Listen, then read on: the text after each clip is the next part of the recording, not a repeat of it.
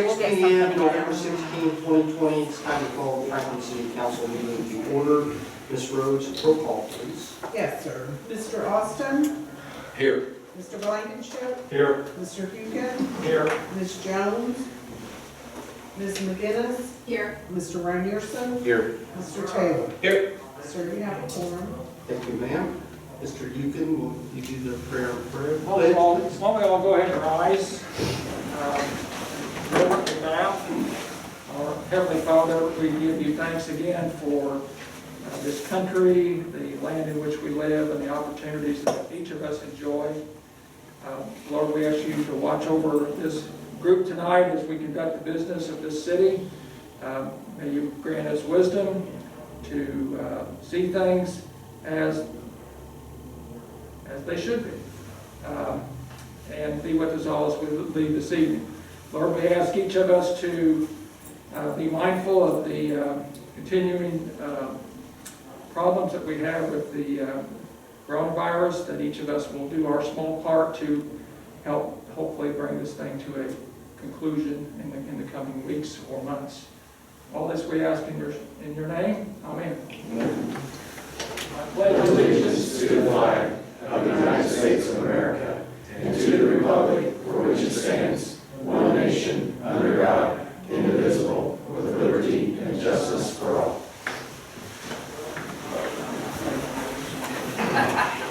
Thank you, Bob. Okay, that gets us to announcements, presentations, public comment. Anyone wishing to speak? Marty, you're putting your head down this time. Oh, well, asleep again. No, just want to thank everybody for the nice looking, the archways and everything in the alleys, and the painting of the electrical boxes really makes it look nice downtown. Everybody's commented on, so I'll pass that on to you. Thanks a lot. Thank you, Marty. Rosie, do you have anything to add? Our nomination forms are on our website for Business Hall of Fame, Community Impact, Community Service. So nominate your favorite business and who's done some support or good work here in Franklin. Thank you. Anyone else? Hearing none, we will go in. There is no old business. So let's go to consent agenda. How about that? Move to approve consent agenda.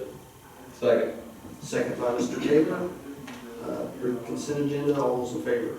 Aye. Any opposed? Okay, hearing none, there isn't any old business, so we'll go right into new business. Move to read new business by title only. Second. Second by Mrs. McGinnis. To read by title only. All those in favor? Aye. Any opposed? Hearing none, item number 1.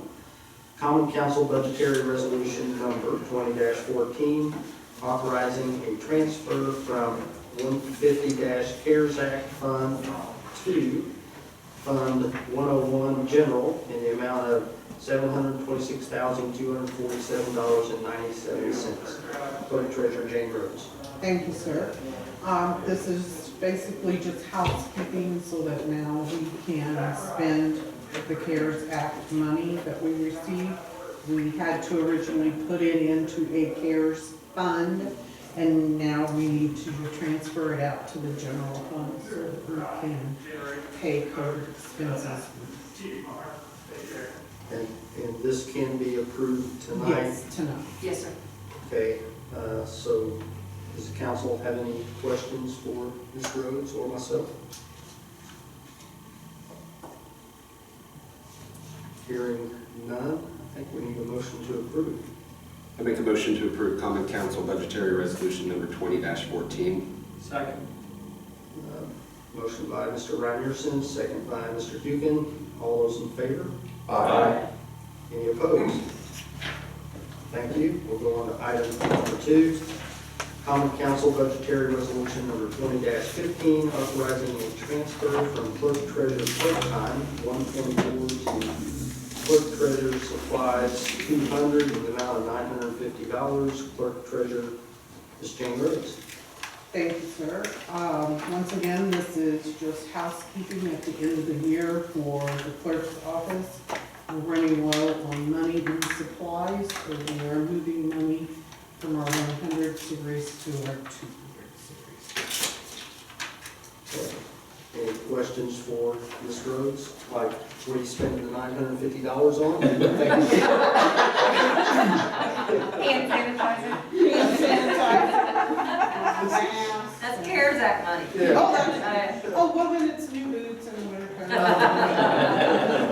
All right, strike that part from you. Right, right. Okay, any questions for Ms. Rhodes? Hearing none, I think we need a motion to approve. Move to approve. Second. Second by Mr. Reinerson. We have motion second. All those in favor? Any opposed? Okay, hearing none, we will go on to item number 3. Common Council Resolution number 20-17, granting a tax abatement for real property for Shelby Gravel, and Common Council Resolution number 20-18, granting a tax abatement for personal property for Shelby Gravel. Community Development Director Krista. Good evening. This is a request for approval of both a real property tax abatement and a personal property tax abatement. This would be a new location for Shelby off of Commerce Parkway and Graham Road. It's 15.93 acres. And in the memo, there's some background information on the company. They've been in operation over 70 years. And they are requesting a 10-year abatement on $2.4 million in real property investment and a 6-year abatement on $6,470,000 in personal property investment. And this received a favorable recommendation from the Economic Development Commission. They have agreed to a 2% economic development fee on the real property and 5% on personal property. There are approximately 3 new jobs at about $24 an hour without benefits.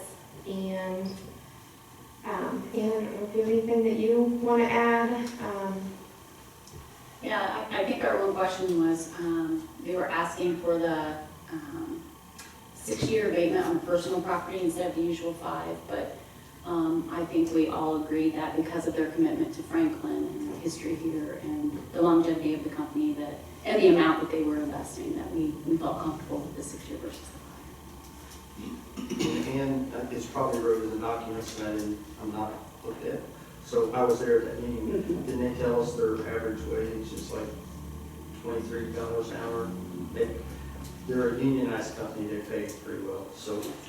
Yeah, it's 24 hours. 24. And we do have a representative, yeah, I know, Mr. Hale? Yeah. thank you for joining us tonight in case if you have any questions for him, you're welcome to come. And we do, it's around 24 an hour. We're not union, but we also offer benefits and retirement. So that's not included in that, but we do, all our employees do have that. And we'll probably add at least 3 people due to increasing plant capacity.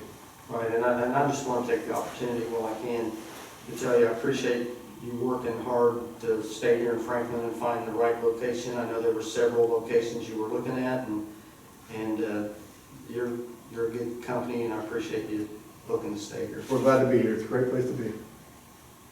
Thank you. So, Krista, I know the answer to this, but for purposes of the council members, this is already in an economic revitalization area, ERA, so Yes. sometimes we always have to have 2 meetings, but this is ready for action by the council tonight, is that correct? That's correct, Lynn. And there are 2 resolutions just because on your recommendation, we've divided the personal property separate from the real property. Sometimes land ownership changes or equipment, it just makes it a little bit easier to track. That's why you have 2 separate resolutions.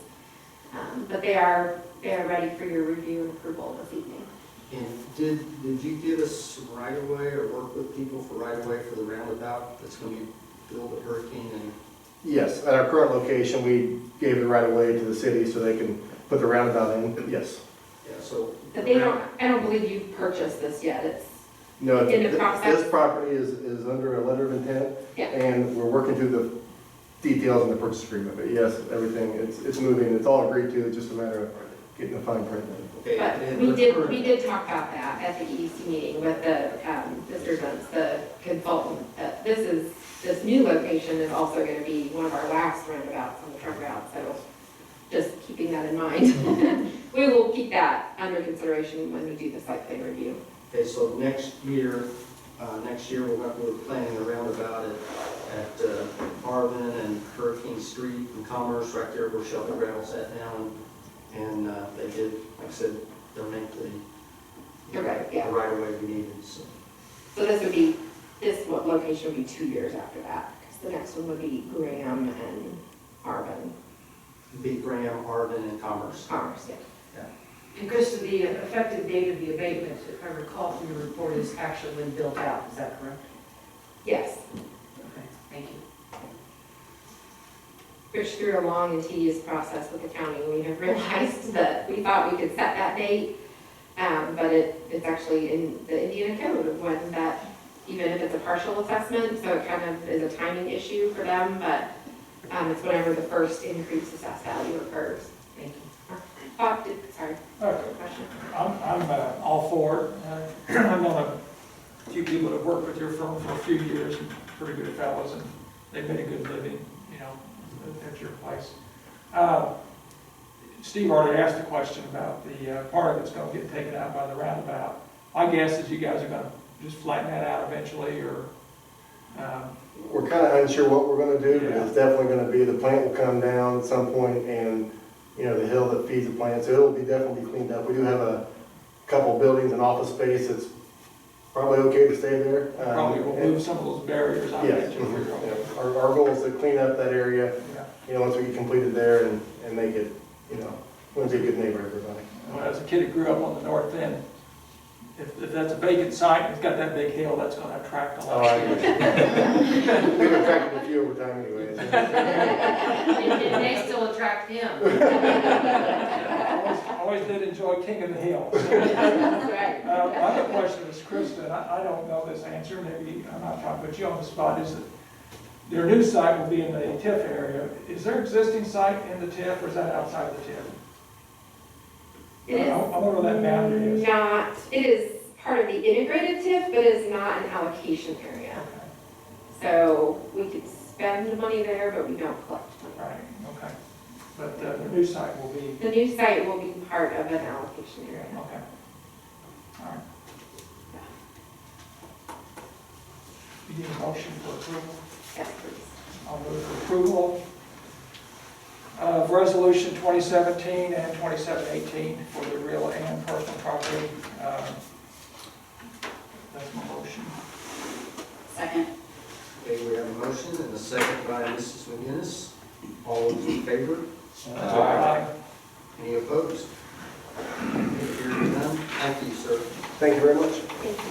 And I'll see if there's your signature. We'll be in touch for that free concrete for that roundabout. You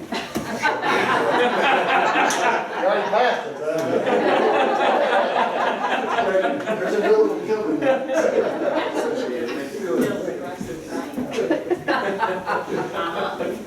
Okay, so the next one is for introduction only.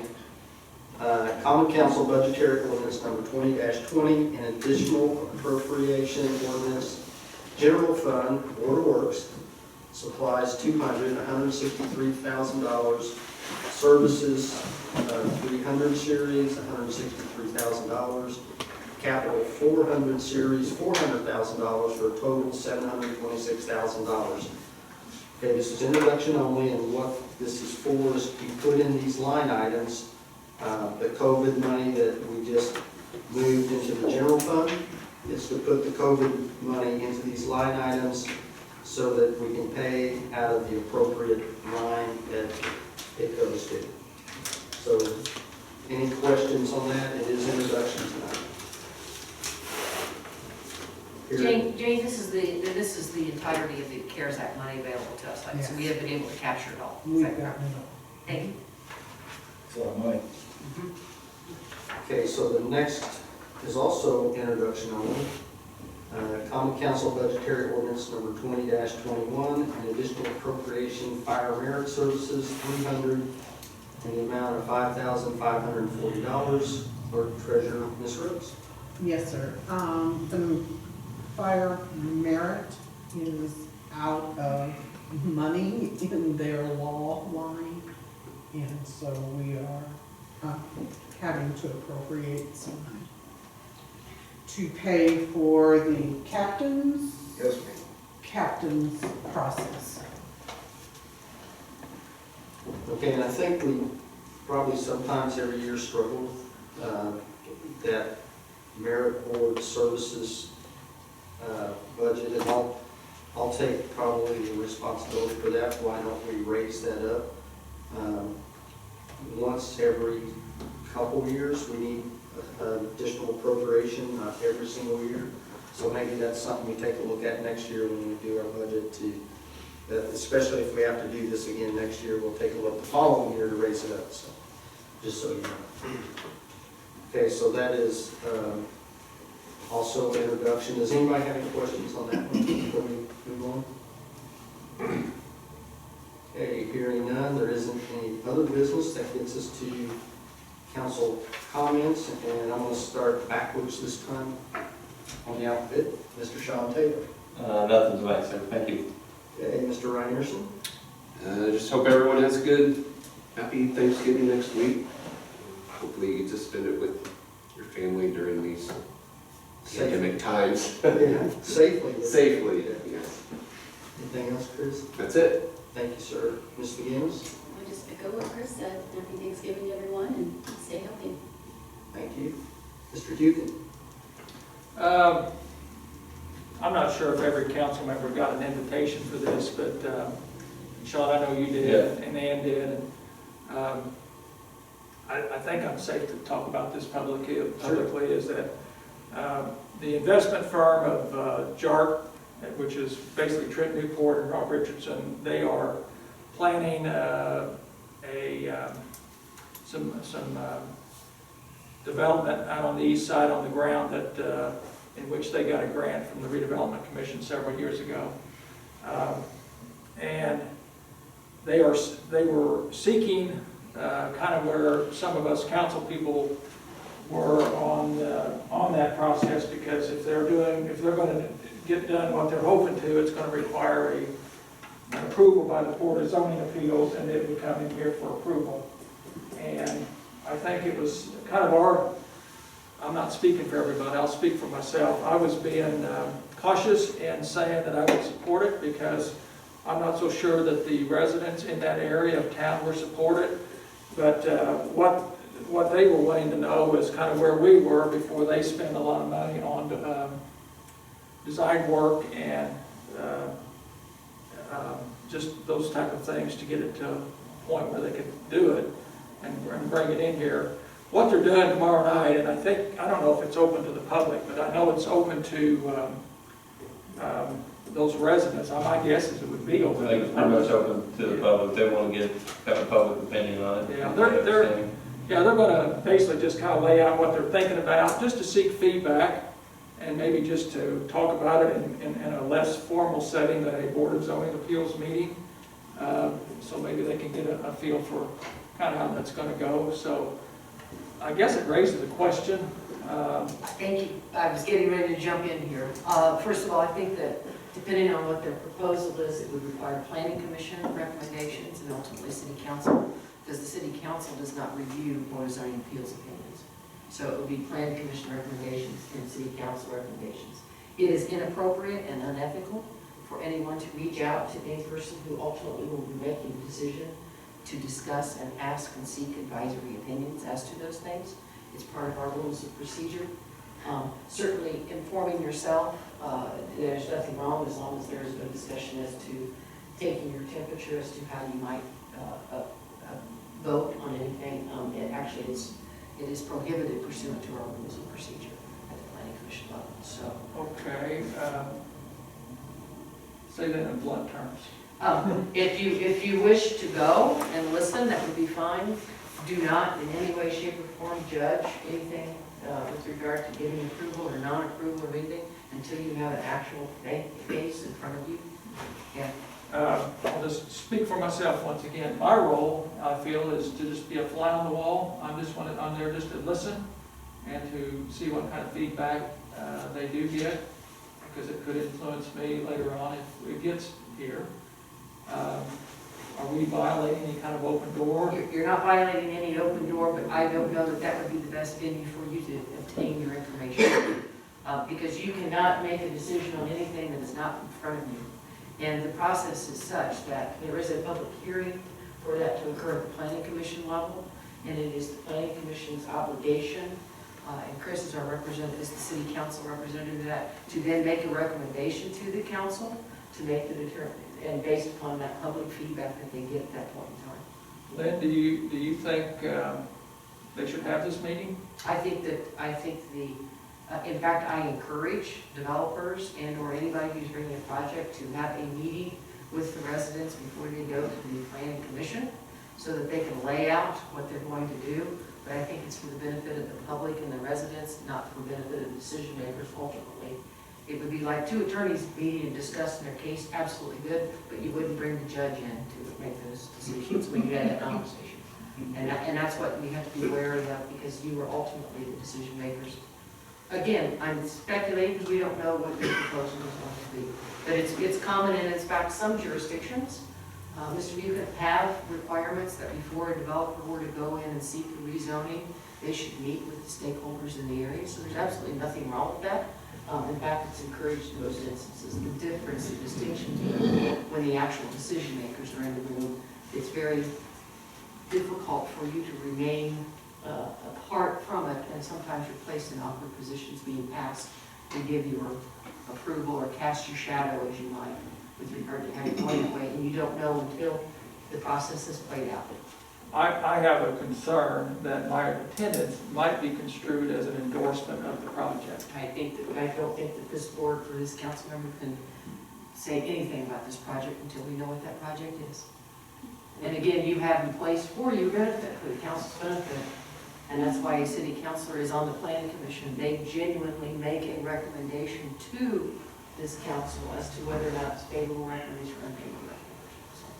So if I were to say, and I'm just, again, me, I think it might serve the residents well if I stay clear of the meeting, and just so that we don't raise those type of, I don't want to get in that kind of line of fire. So. Yeah, what got my attention, Mr. Youth, is when you said that they were going to look to try to see how we were thought about it, so that they wouldn't invest those costs and expenses. Understand that, but that's kind of part of the process. And quite frankly, as your advisor, I do not want you to be placed in any awkward positions to appear to have made your decisions until you have had the benefit of having all the information in front of you. But it's okay for them to have a. They absolutely should. They have the ability to do that. Encouraged to do it, because sometimes what you get into, Mr. Euclid, especially on rezonings, is because of the way the timelines are. A petitioner can file a petition for rezoning. The homeowners and the stakeholders only usually get at most 10 days notice of when that hearing is going to be. And so sometimes it's difficult. A lot of times they'll come to planning commission members and just have questions and want to know.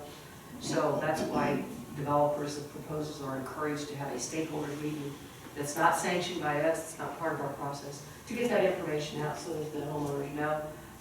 And it's often in their benefit, because otherwise you're going to get a motion for continuance at that point, and it drags on.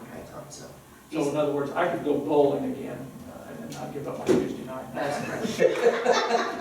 And I know that was your question, I could have said yes or no. Yeah, the answer would be yes. Thank you. Yes. That was my remarks. Okay, thank you, Todd. Glad you brought it up. Good deal. Yeah. Mr. Blankenship, No problem. Mr. Ross, I don't have anything. Happy Thanksgiving. and Yes. Ms. Rhodes, do you have anything? No, sir. Ms. Berry? I fully endorse Mr. Buchan going bowling.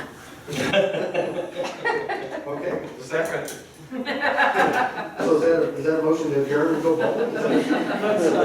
Let's wish Kenny well in his surgery tomorrow. Yes, yeah. Thank you. Good luck, Kenny. Thank you. Appreciate it. Okay, so we need a motion to adjourn, I think. I'm going to adjourn. Second. Second by Mr. Taylor, all in favor? Aye. Any opposed?